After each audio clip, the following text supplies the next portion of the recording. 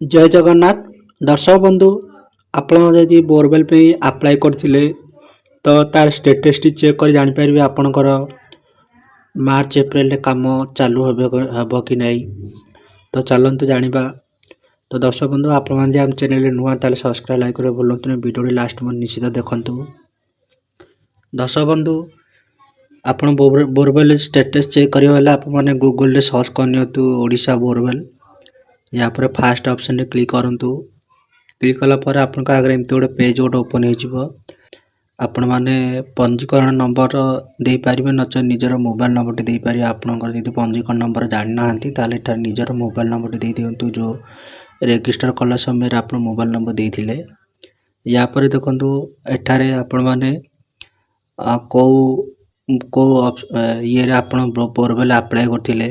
आपण माने बोरवेल पे सोलर रे अप्लाई करथिले कि नचे दी बोरवेल पे जे अप्लाई करथिले दीटा कोडा जोटा अप्लाई करथिले से येटा सिलेक्ट करिवे।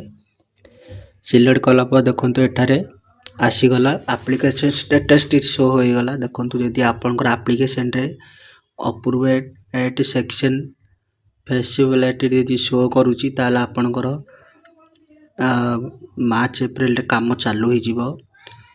देखंतु एठारे स्टेटस शो करूची आपनको जदि बर्तमान एमती शो होची तो आपनकर मार्च अप्रैल रे बोरवेल काम नो शीघ्र चालू ही जीवो। आ जदि पेंडिंग जदि एबे भी आपनकर अन्य कोन जदि पेंडिंग शो करूची तो आपनकर चालू हबो नाही। तो आपण माने एमती चेक करि परिबे। आ गोटे कथा हला आपण माने एठारे आपनकर एप्लीकेशन प्रिंट डाउनलोड करि भी जानि परिबे। आपनकर एप्लीकेशन टी एठारे डाउनलोड करी प्रिंट करी रखि परिबे। तो आपण माने केमती प्रिंट करिवे देखंतु एठारे प्रिंट ऑप्शन रे क्लिक करले कि आपनकर एप्लीकेशन टी प्रिंट होई जिवो। आपण जदि आपण एप्लीकेशन रो रजिस्टर नंबर जे जानि नांदे ताले बर्तमान आपण माने एठारे आपनकर निजर रजिस्टर नंबर टी सेव करि रखि परिबे। या पर आपन को 3-4 मास अपेक्षा करिया पड़िबो। 2 मास पर से माने आपन को जागा को आसीबे जांच करिवे।